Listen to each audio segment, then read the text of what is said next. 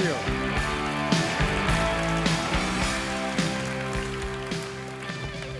Thank you. Thank you for being here. Thank you for coming so far and making such a sacrifice. And I promise you that this will be a good time together. I'll make this worth your while. We are living in a very interesting economic time today, perhaps the most difficult and challenging economic time of our history. And this has always been a challenge for us as salespeople, is to sell against entrenched competition. So I'm going to give you some ideas today that I have shared with many people that have enabled them to double and triple their income. How many people here would like to double their income? If I can show you how, will you give it a try? Say yes. Yeah, okay. Well, I will give you several ideas that other people have used to double their income as we go along. In your life, you must always predict growth. You must always predict that things are going to grow. And you must always work as though things are going to grow, because it is your attitude more than anything else that will determine your level of success. Even when the economy is going down, some people and some companies are doing well. Others are not, because sometimes they believe, well, the economy is bad, so we have to cut back and we have to reduce our activities. And others simply respond by becoming more busy and more aggressive. And that's very important for you and I. Well, many years ago when I started off, I did not graduate from high school, and I could only get laboring jobs. And my first laboring job was washing dishes in the back of a small hotel. And over time, I worked in construction, and I worked in factories and sawmills. I know a lot about sawmills.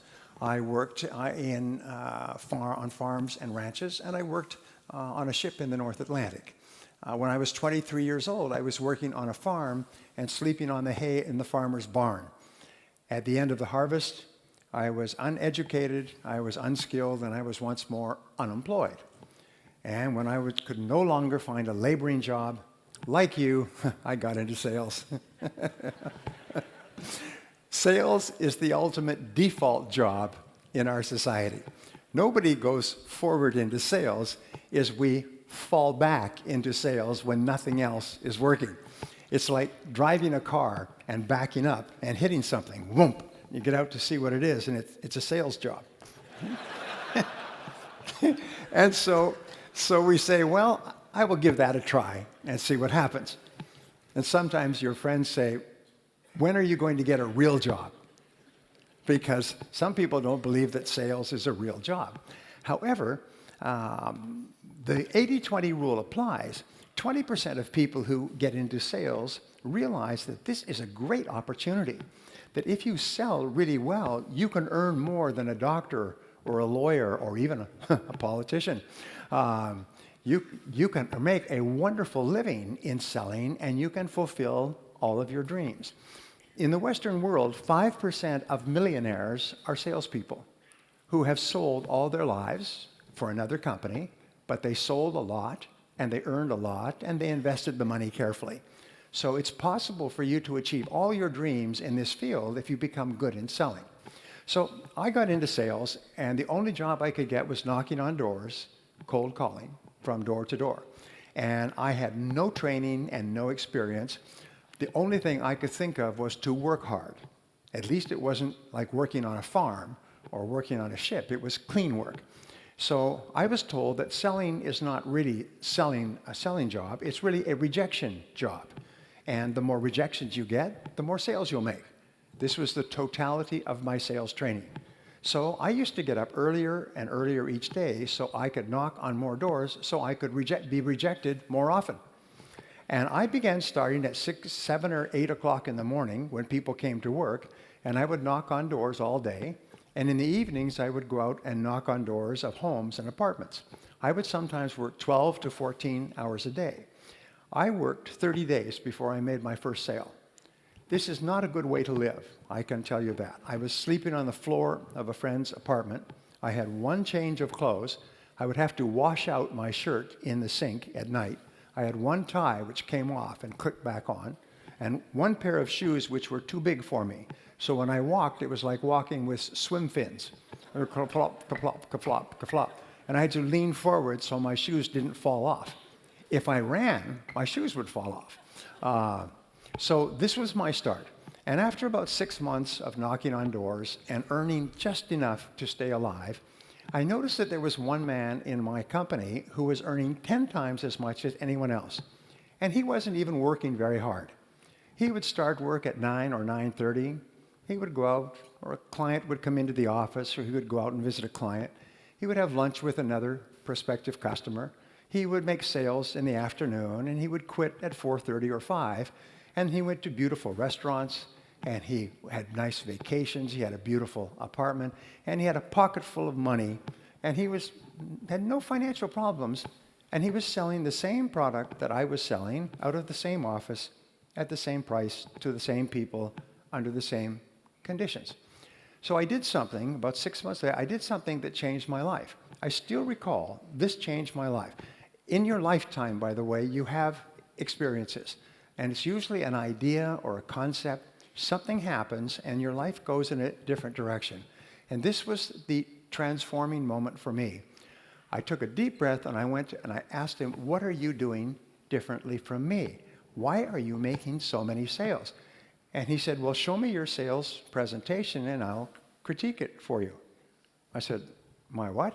He said, your sales presentation. I said, you show me yours and I'll show you mine. Because I didn't have a sales presentation. I was doing what I call the blah, blah sell. I would find a prospect and go blah, blah, blah, blah, blah, until they would start looking at their watch and looking away and say, thank you very much for coming in. Let me think about it. Call me back next year, maybe, or leave me some information. And I would go from place to place and get the same response. He said, no. He said, there's a process, a logical process of selling. And the process has 7 steps. And the first step is to prospect and to speak to the right people. The second is to build rapport and trust with those people. The third is to ask them questions and identify their needs accurately. The fourth step is to make a presentation and show them your product. The fifth step is to answer their objections. The sixth step is to close the sale. And the seventh step is to get resales and referrals. Now, he probably didn't tell me all that, but what he did give me was a very simple presentation. And instead of going out and talking, I went out and asked questions, and my sales went up. And I remember people treated me differently when I asked them questions as opposed to talking. And so I began to ask more and better questions. Then I began to read on sales, and I read everything I could find. And then I would listen to audio programs, and then I would actually started going to sales seminars. And I did 2 things which really had a profound effect on my career. Number one is when I heard a new thing, I would immediately try it out. I noticed that many other people heard the same things, but they took no action. They wouldn't take any action at all, whereas when I heard something new, I would run out and I would try it out quickly. Number 2 thing that I learned is that nothing works. Even the best ideas don't work. At least they don't work the first time. And sometimes they don't work the first 5 times or the first 10 times. So I made a resolution that if I heard a good idea, I would try it 5 or 10 times before I passed judgment. 10% of people think about what they want and how to get it most of the time. They think about what they want and how to get it. So I'm going to give you a simple word that you can use for the rest of your career, which will double your income. And the word is how. Say how. Okay. From now on, whenever you have a goal, the only question you ask is how. Whenever you have a problem to solve, the only question you ask is how. If you have an obstacle to overcome, the only question you ask is how. Now, the wonderful thing about the word how is that it triggers ideas, and the ideas are all for actions that you can take immediately. And when you take those ideas, you start to get feedback, which enables you to correct your course and take even better steps to achieve your goals. So the average person, when they have a problem, complains and blames other people about the problem. Top people, when they have a problem or goal, they simply say, how can I achieve this goal? And they try this, and they try that, and they try something else, but it never occurs to them that they will not eventually be successful. So they think about what they want and how to get it most of the time. But what we found is people in the top 10% in every field think in terms of their hourly rate, how much I earn each hour. Now, this change in thinking changes your entire life. I know because I've taught this principle to thousands of people who literally transform their lives and their incomes almost overnight. If you think in terms of how much you earn in a week or a month, well, then you have a natural tendency to waste time during the day. Monday is a slow day. You're recovering from the weekend. Tuesday, you start to work. Wednesday, the week is almost over. Thursday, you start to slow down. And now it's Friday. Who gets anything done on Friday? We'll do it on Monday. And so people's ability to produce drops. And since 80% of the population thinks like this, if you're not careful, you'll find you are surrounded by people who waste time. The biggest time wasters in the world are other people who want to waste your time. And the way that they waste your time is by talking. Talk. No work, just talk. Or play on the computer, or phone home, check the movies, go shopping, drink coffee, start late, leave early, long lunch hours. How am I doing so far? Does it make you uncomfortable? Say yes. Because it starts to become a habit. Remember, human beings are always trying to do what is pleasurable and what is comfortable. And over time, they do more and more pleasurable things, which are talking to your friends and having coffee and going for lunch. And soon, the average person is not working at all. So when you start thinking in terms of your hourly rate, it transforms your life. And what we have found, and we talked about this morning, is that in terms of your hourly rate, there are only 3 things that you do that account for 90% of your income. In every field, it's always the same. There's only 3 things. When you think of your hourly rate, you have to think of what we call the law of 3. What are the 3 things that you do that pay you the highest hourly rate, that pay you the highest potential income? Well, Columbia University did a study some years ago, and they found that the average salesperson works only 90 minutes a day. The average salesperson spends all of their time warming up and resting, warming up. The average salesperson makes about 2 calls a day, 1 in the morning, 1 in the afternoon. And in between, they're getting ready, and they're making excuses, and they're drinking coffee, and they're reading the paper, and they're checking their email, reading spam, and so on. But they only work 90 minutes a day. And they did that first study in 1928. They've upgraded the study year after year. The latest one was about 2008. Average salesperson still works 90 minutes a day. And so all sales incomes are diluted down to 90 minutes a day. So we find that there's only 3 things that you do that pay you your desired hourly rate. And they are prospecting, presenting, and closing the sale. Finding new people to talk to, talking to those new people, and getting them to take action. I was working for a large company at the beginning of this recession, and they said, we're bringing you in to our annual convention to talk to our 350 salespeople, national company, and I asked them a lot of questions, which I do, and one of the questions was, what are your feelings about business for the coming year? They say, our business will be down by about 30% this year because of the recession. I said, well, why don't you set a goal to increase your business by 30%? They said, no, that's not possible. Don't you read the newspapers? We are in advertising. Business is down, and business is going to be slow, and we're adjusting to that. I said, well, you know your salespeople only work 90 minutes a day. Why don't you just get them to work 3 hours a day, and you can increase your sales rather than decrease your sales? And he said, no, that's not true. Our salespeople are professionals.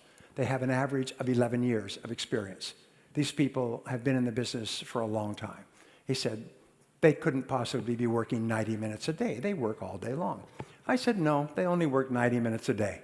So this is not a good way to start a business relationship. So he said, I've never heard that number. I said, well, unfortunately, it's true. I said, I have a suggestion for you. At this seminar, why don't we hand out stopwatches to all the salespeople, and I'll explain this principle, and then we'll track their workday. So at the seminar, I introduced them to a stopwatch. It costs maybe 5 or 10 euros. And I got them to agree that for the next month, every salesperson, when they went in to see a prospect, they would click on the stopwatch, and when they went out, they'd click it off, and they'd just keep clicking it, and it would keep adding up. At the end of a day, they could see how many minutes they'd spent with customers. And at the end of a week, they could see how many minutes. And they said, great. So the seminar was very successful. And I also said one other thing to this group. I said, you know that 80 or 90% of your prospective customers have never heard of you. They do not know that you exist. They do not know that your product or service can help them. They have no idea. So you can never approach your entire prospect market. So a month after the seminar, about 5 weeks, I got a letter from him. And it said, dear Brian, he said, I'm writing to thank you for your seminar. He said, I have to apologize. He said, the salespeople reported their numbers from the stopwatches at the end of 30 days, and we found that the average salesperson was spending 90 minutes and 42 seconds a day with customers. He said they have all agreed to increase that to 180 minutes. He said, our sales are going up at a faster rate than ever before. This recession is not affecting us at all. A year later, he wrote back and he said their sales were up 30% over their best year in history because the salespeople started calling on people they'd never called on. Natural tendencies to keep calling back on your old customers. They started calling on new prospects and spending more time doing it. Well, what I do is I call this face time. I call it the critical measure of your success, is how much time do you spend face-to-face with customers? And that's the key to the stopwatch idea, is if you can increase or double the amount of time you spend face-to-face with customers, my promise to you is you will double your income. You see, you cannot control where the sale is going to come from. You cannot control the sales result, but you can control one thing. You can control your sales activities. If you control your sales activities, you put yourself under what is called the law of probabilities. The law of probabilities says that by doubling the amount of time you spend face-to-face with customers, you double the probability that you will increase your income. And so you have total control over your income. Just go and call on more people. Just spend more time face-to-face. If somebody calls you in the office, they should never be able to find you in the office. Do you know why? Because there's no customers in the office. The customers are outside the office. I have a good friend. His name is Frank Pasetta. And Frank Pasetta started off as a junior salesman with Xerox many years ago. And he was a very good salesman, and he wanted to be a manager. And so he applied to be a manager. And they said, no, we have no positions available for sales management. He said, I will take any position at all because I want to teach my ideas to salespeople.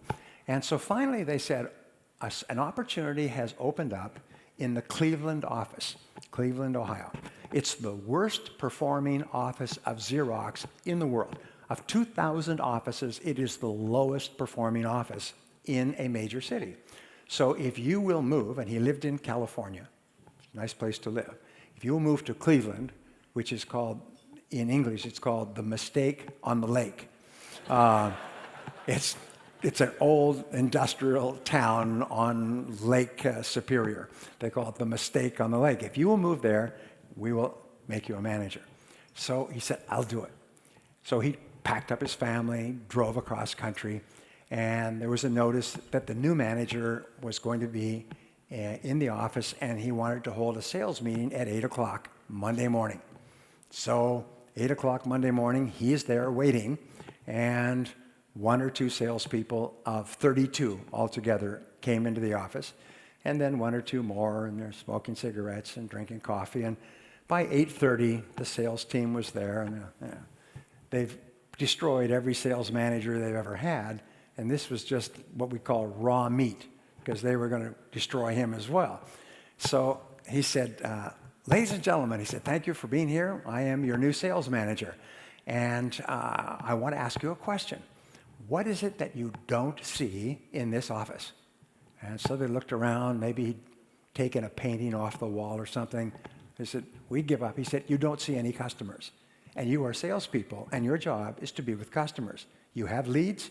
Now, go out and see customers. This sales meeting is over. Everyone out, out, out. And he herded them out like cattle, herded them out the door. I know because a friend of mine who was in this office at that time told me that this story is perfectly true, and he wrote about it in his book.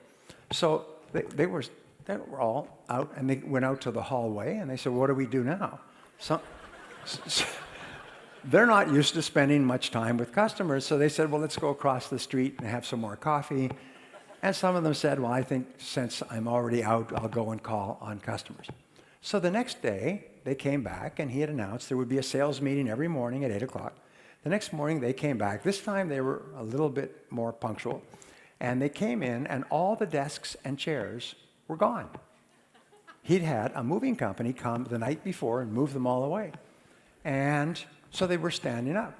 And he said, now, you notice there's no desks or chairs. Yeah, so we're going to have our sales meetings standing up. Over here, there's 3 offices which have locks on them with desks and chairs. So if any of you bring a customer in to talk to, you can sit in one of these offices. But since you won't be spending any time in the office anymore, you won't need a place to sit. And this sales meeting is now over, so out, go and call on customer. Well, this was his strategy. In the next 30 days, of the 32 salespeople, 12 quit. They told him that he should go and multiply by himself. I don't know if we have that expression in Finnish. Some of you didn't get that, but some of you did. All right. And the others, though, started to make more sales. And since they're highly commissioned, they started to make more and more sales, and they started to get really motivated by making sales. And then he began to have a sales training lesson every morning, and talk to people and work with people and go out with people and come back in with people, and the sales went up. Within a year, within 1 year, it was in the top 500 offices in Xerox. Within 2 years, it was the #1 office in Xerox. The salespeople in that office were earning more per person than any other office in Xerox worldwide. People who worked with him, who I have met, still talk about those being the great days. And the only strategy was forcing salespeople to go out and spend more time face-to-face with customers. And you can do that yourself. You can be your own sales manager and use the one infallible, totally controllable strategy in the world: spend more face time. Human beings are very much, they have what is called a cybernetic guidance mechanism, like a guided missile. A guided missile is fired at the target, and even if the target moves, the missile takes feedback and adjusts its course and hits the target. You have a cybernetic mechanism where you are learning. You are a learning machine. The more activities you engage in, the faster you learn. And pretty soon you become so smart that you can hit the target almost every time. I've worked with people, great stories, who are making 1 sale out of 10. That means that they were getting rejected 9 out of 10 times, but they kept on, kept on.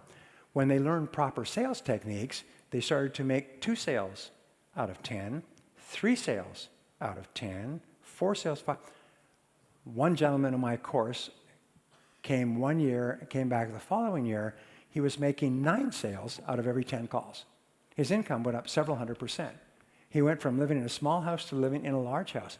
He'd been in sales for about 12 years before he learned how to sell professionally, and his sales exploded, because you can't get worse at selling by doing it. You can increase the percentages, but the way you do it is you collect more no's. So your job now is to see how many no's you can collect each day. Just be polite, be friendly, be charming, as you already are, I'm sure, and just collect no's all the time. The more no's you get, the more successful you'll be. I taught this to a company recently, and they were using telemarketers. And they would start at about 8:30 in the morning, telemarketing, but the telemarketers would get burned out. Most telemarketing shifts are only 3 or 4 hours, because telemarketers get burned out psychologically from all the rejection they get. So they put in a little contest. They had a gift certificate for lunch, and whoever got 10 no's first in the morning, after they started, would get a free lunch paid for by the company. But nobody could start until 8:30. So they'd wait. At 8:30, they'd go ding, everybody would start laughing. And they would start dying and get as many no's as they can. And finally, one person would get 10 no's. Usually took 20 or 30 minutes, and he'd ring a bell, ding, contest over, he would win this prize. And then somebody else would come back and say, well, I would have won, but somebody wanted to buy. And it took up all my time. And after that, they would laugh all day long, and they would start to work whole 8-hour shifts. All their incomes tripled, quadrupled, because the no motivated them. When they heard the word no, they would laugh. And it's one of the most important studies that I've seen. I want to pass this on to you because it's a guarantee to double your income or more. What they found is they studied people who, over the course of their careers, had moved up to the top and become the presidents of major businesses, the biggest businesses in the world. And they asked, why are these people so successful when they started off with many thousands of people? About 1.5% of the population graduates from university and starts in the workforce each year. So at the beginning of each year, they line up like a marathon, and everybody's starting work for the first time, and then the race is on. And then over the years, some people get way ahead in the financial race, the majority stay in the middle, and a lot of people fall behind. So they went back and they studied the life career of these people to find out how these people got to the top. By the way, one of the most important things we do in life is study successful people and find out how they got there so we can follow their tracks. Well, here's what they found in 25 years of research at the University of Florida, and they boiled it down to a single concept called deliberate practice, which means not accidental or occasional, but deliberate, focused practice of a skill. They found that these people had this one quality, just one, is what they would do is at each stage of their career, they would ask, what one skill will help me the most to move ahead now at this stage of my career? If they were working for a large company, they would go to their boss, or they would ask their coworkers, or they would just think themselves. They would look at the top people and say, what are the top people really good at? And then they would pick one skill like a sniper. They'd pick one skill, not a lot of skills, just one, the one that would help them the most. And they would write it down as a goal, and they would make a plan, and then they would work on developing that skill. And they would work every day on that skill until they had mastered the skill. How would they know when they had mastered the skill? People would start to say, you're very good at that. You are very good at negotiating. You are very good at getting appointments. You are very good at closing sales. People would start to compliment them on how good they were. And at that point, they said, okay, now I own this skill. Now, which one skill will help me the most? So I'm going to give you just a quick exercise. This exercise is life-changing if you take it. Ask yourself this question. If you could wave a magic wand, it's my magic wand, and overnight you could become absolutely excellent at any one skill in your business or your life, what one skill would help you the most to double your income? If you could become absolutely excellent overnight, what one skill would help you the most to double your income? Please write it down. What's the one skill? Write it down. So position yourself in your mind as a helper. You're there to help them, not to sell anything. That takes the pressure off of you, and it takes the pressure off of them. You're almost like a doctor of selling. Now, if you go to a doctor in Finland or anywhere in the world, doctors always follow a 3-part process. If a doctor does not do this, it means that the doctor is not a good doctor. The first part of the process is what? When you go to a doctor, what's the first thing they do? They do an examination. You can imagine going to a doctor and you say, hello, doctor, I've got stomach pains. And the doctor says, okay, let's do some surgery. Or, okay, here's a prescription. Take these pills. You say, well, you can't do that. You have to examine me first. You have to find out what my need or my problem is before you make a recommendation. What is the second thing that a doctor does? Second step in the process. It's a diagnosis. And the diagnosis is where you take what the patient has told you and the results of the test, and you say, this is our problem. I remember I had a medical problem a few months ago, and I went to 2 or 3 specialists, and I went finally to another specialist, and finally to another specialist, and they sent me for a test, and the test told me exactly what the problem was. It took about 2 months. But the first process is diagnosis. And once they had the diagnosis, very simple to deal with it, sort of.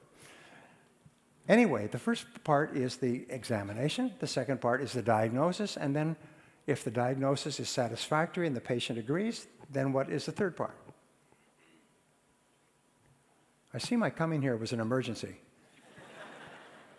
The third part is the prescription, the course of treatment. In a sales conversation, the last thing that comes up is the prescription, the course of treatment, the recommendation to purchase the product or service. Selling out of sequence kills the sale. If a doctor said, get up here on the table and let's operate, you'd say, I'm getting out of here. Let me think it over. I will get back to you at another time. You would flee if the doctor tried to give you a prescription or a course of treatment without doing an accurate examination and diagnosis. So from now on, see yourselves as doctors of selling. Stage number 2 in selling, and it's part of stage number 1, is to establish rapport and trust, credibility. And you establish rapport and trust by focusing on the relationship rather than on the sale. The very best salespeople are the ones who form the very best relationships with their customers. They make it clear to their customers that they like them and they care about them, and they ask them questions. At the Harvard Business School, they came to this conclusion a few years ago that in the 21st century, all selling would be relationship selling. All success in business will be based on relationships. Your very best customers, I can tell you, are the people that you like and the ones who like you. 85% of your recommendations and referrals will come from people who like you and people who feel good about you. So focus on the relationship and the sale will take care of itself. If you aim at the sale or you think too much about the sale, what will happen is you will have neither the relationship nor the sale. So how do you build a high-quality relationship with other people? Well, here's the rule. The rule is that listening builds trust. Customers want a relationship before anything else, and listening builds trust. So how do you get a chance to listen? The key to making sales is to ask questions. And the very best salespeople are simply those who ask really good questions. Now, the second part of listening is to pause before replying. Is when the person stops talking, pause. Allow silence in the room. You see, we say that selling takes place with the words, but buying takes place in the silence. If the customer does not have enough time to process, then what happens is they don't have enough time to buy. So when they finish speaking, pause and let them think, and maybe they'll want to continue, or maybe they're finished talking. But when you pause, you tell the person that what you said is very important, and I'm thinking about it before I respond. If a person says 1, 2, 3, and you say 4, 5, 6, A, B, C, D, F. If you respond immediately after a person has finished speaking, what are you actually saying? Is I don't care about anything you said. I was just waiting for a chance for me to speak. But when you pause, you tell the person that you really care about what they're saying. Step number 3 in listening is to feed it back in your own words, is to question for clarification. Never assume that you know what the customer really means. The most powerful words in sales in every language are the words, how do you mean? Or how do you mean exactly? I'm doing this, or I'm doing that, or I want this, or I want that. Well, how do you mean exactly? It costs too much, or I can't afford it. How do you mean? Whenever you ask the question, how do you mean, the customer will expand and give you more information. And then you can say, well, how do you mean exactly? Every time you ask the question, the customer will tell you more information. They'll express themselves. They'll give you more information that you need to make a sale. And each time you ask a question, you get a chance to listen, and listening builds trust. The fourth key is to feed it back in your own words. Is don't just jump in with an answer. Say, well, let me be sure I understand what you're saying. This is what you're doing now, and this is what you're trying to do in the future, and this is your concern or your question. Is that right? And they'll say, yes, and this is proof that you were really listening. And people are immensely flattered when you can feed it back in your own words. So those are the 4 keys. Listen intently, pause before replying, question for clarification, and then feed it back in your own words before you speak. So I'll give you a technique, by the way. This will double your income. This technique is so powerful. It's been found that the top 10% of salespeople in 32 industries use this technique. And you teach this technique to people, and they won't use it. But in every audience, I say, does anybody use this technique? And there's always be somebody. I'll say, how does it work? And they'll say, it's like their seat was electrified. They'll go, customers love it. I mean, and it's a very simple technique. It's called the agenda close. The agenda close is where you close the person on an agenda. So for example, what you would do is you would say, Mr. Prospect, I know how busy you are, so I've prepared an agenda for our meeting. That now positions you as a professional. It positions you as a consultant. An agenda. You see, only professionals use agendas. Non-professionals go in and just talk. So what you do is, I've prepared an agenda for our meeting, and you take a piece of your stationery, this is Nordic Business Forum, and you write agenda for meeting with the person's name, correctly spelled, very important, and the time and date. And then you have 5 or 7 questions. Odd numbers are better than even numbers. 7 is one of the most powerful cosmic numbers. So I always think in terms of 7s. So you have 7 questions. And so I've prepared an agenda for our meeting, and you space the questions over the page so a person can take notes. You write it in large print so a person does not have to get a magnifying glass to read it. And then there's 1, 2, 3, 4, 5, 6, 7. Well, customers are astonished. They take it like this, and it's got their name and their time and their business on it. And they sit, and then you have a copy yourself. You say, if we can just go through these questions, then you will know and I will know if this is a good idea for you or it's not. And at the end of the series of questions, you say, well, it looks like what we're offering and what you need seem to fit together pretty well. Can I show you some of the details? And then you shift gears and you shift into the presentation. Now, just like identifying needs accurately is the turning point or the hinge on the gate or the door, the presentation is where the sale is made. You make the presentation by presenting your product or service in a special way. And this is worth $1 million to you over the course of your career. This one piece of advice is people don't care what your product is. They don't care about you. They don't care about your company. They don't care about the background of your company, and they don't even care what the product is. People don't care. The only thing they care about is what this product or service does for me. You know, if you have a little child, the child says, me, mine, me. All customers care. They're just children with better excuses. All they think about is me. What do I get? What's in it for me? And what they want is they want a change in their life. They want an improvement in their life, a result, a benefit, or highest of all is a transformation. They want to be transformed. There is an ABC theory of motivation that applies to selling.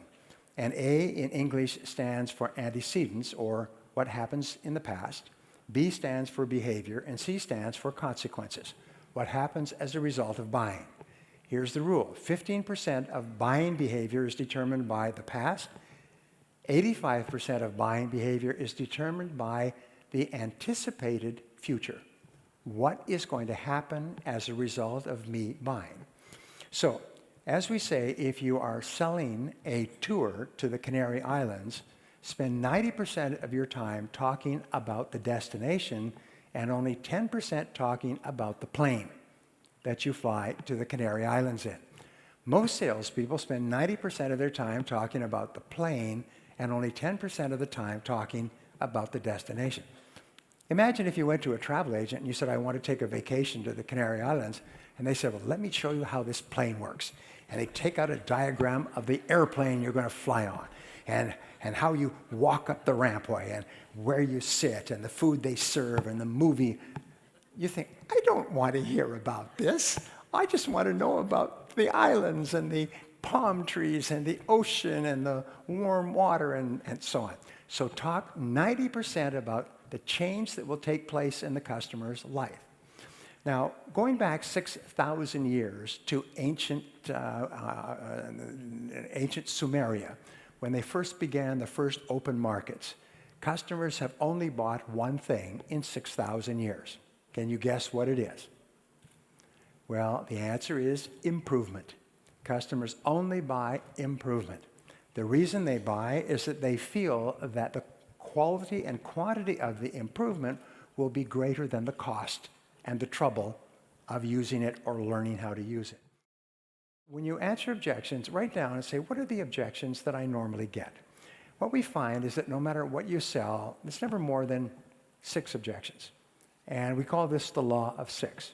And sometimes there will be several price objections, several utilization or quality objections, or several aesthetic or color objections. But your objections will categorize into roughly 6 groups. And then what you do is you just develop a powerful answer for each objection. I've known salespeople who've gone from knocking on doors to earning more than $1 million a year because they became brilliant at answering objections. The top salesman in the world for many years was a man named Ben Feldman, Guinness Book of Records. And he answered objections so beautifully that he would give courses, and people would sit on the floor like children around a campfire. And he would say that when the prospect says this, here's the answer. People went out and made millions of dollars in sales because they learned how to answer objections the way Ben Feldman did. So think of every objection you get and say, what's the very best answer for this objection? And so when the customer brings it up, you say, oh, that is a good question. And you answer it with your pre-prepared answer, and the objection just disappears, like cigarette smoke. If you're getting objections, we say there's nothing wrong with losing a sale because you could not answer an objection. But it is unforgivable to lose a sale twice because you still have not found an answer. If you don't know how to answer a particular objection, whether it's price or quality or something else, ask other people. What do you say when the customer says this? In your office, someone has come up with the right answer. Call the top salesperson in your industry, even in another company, and say, what do you say when the customer says this? And if there's an answer, they'll say, this is what we say. But you must find out the answers. Part number 6 is closing the sale. And closing the sale is simply, I'll give you the simplest of all closing techniques. It increases people's sales by 5 or 10 times, and it's called the invitational close. The invitational close says that when you have made your presentation, you ask the customer this question: how do you like this so far? If the customer says, well, it looks quite good, you say then, why don't you give it a try? Why don't you give it a try? When you ask a customer the invitational close, most powerful closing technique ever discovered, why don't you give it a try? The customer can only say, well, sure, I'll give it a try. Or they can say, well, no, in which case you ask, why not? Why not? Now, a second closing technique is called the reverse close. And when a prospect says, why don't you give it a try, and the prospect gives you an answer, you say, if we could take care of that for you to your complete satisfaction, would you give it a try? So you say, if we could, would you? If we could satisfy you on that, would you take it? The prospect says, yes, if you could satisfy me. You say, then what would it take to satisfy you on that point? The most important word in life for success, the most important word in sales is the word ask. Ask politely, ask confidently, ask warmly, ask charmingly, but ask for what you want. Ask the customer to take it today. Ask the customer, invite them to buy. Ask them why they're hesitating. But don't be afraid to ask. Remember, before you ask, the answer is probably no. If after you ask, the answer is still no, you've lost 10 seconds out of your life. So don't be afraid to ask. And the more you ask politely, ask confidently, ask courteously. The more you ask, the more confident you'll become, and the more sales you'll make. The last point has to do with getting resales and referrals. And resales and referrals are really the key to your future. And the way that you get resales and referrals is you ask for resales and referrals. Do you know anyone else who might be interested in this product or service? And always ask your happy customers if they'll give you the names of additional people. As I say, the most important key to success in selling is to ask. So let me wrap up with just saying this. IBM did a study when they got into trouble in the 90s, and they paid $3 million for a major accounting firm to come in, or major consulting firm to come in and study their company nationwide. And the accounting firm came back and said, "We have found the reason for your problem." And they said, "Well, what is it?" They said, "Low sales." They said, "Yes, we know that. What's the solution?" They said, "High sales." And they said, "Well, thank you very much, but this company, it's called McKinsey & Company, but one of the best management consulting companies in the world, they always have an answer, and the answer always works." They said, "The answer is to get more of your people out into the field, face-to-face with your customers." So IBM had 400,000 staff. They took 100,000 engineers, they put them through a crash course in selling, and they put them out on the street calling on those 80% of customers that nobody had ever called on. And IBM in 1 year turned around like a great ship in the ocean and became one of the most successful businesses in the world. So the last piece of advice I can give you is to get out there, spend more time face-to-face with more customers, and don't be afraid of the word no. Thank you very much.